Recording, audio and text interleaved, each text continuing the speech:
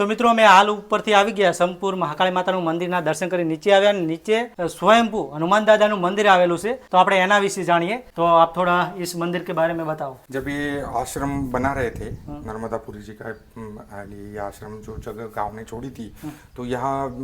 plane करने के लिए जा रहे थे तो ये जो खड्डा था तो और खड्डा करने की माटी डालने के लिए गए तो ये स्वयंभू मूर्ति नीचे थी और ये मूर्ति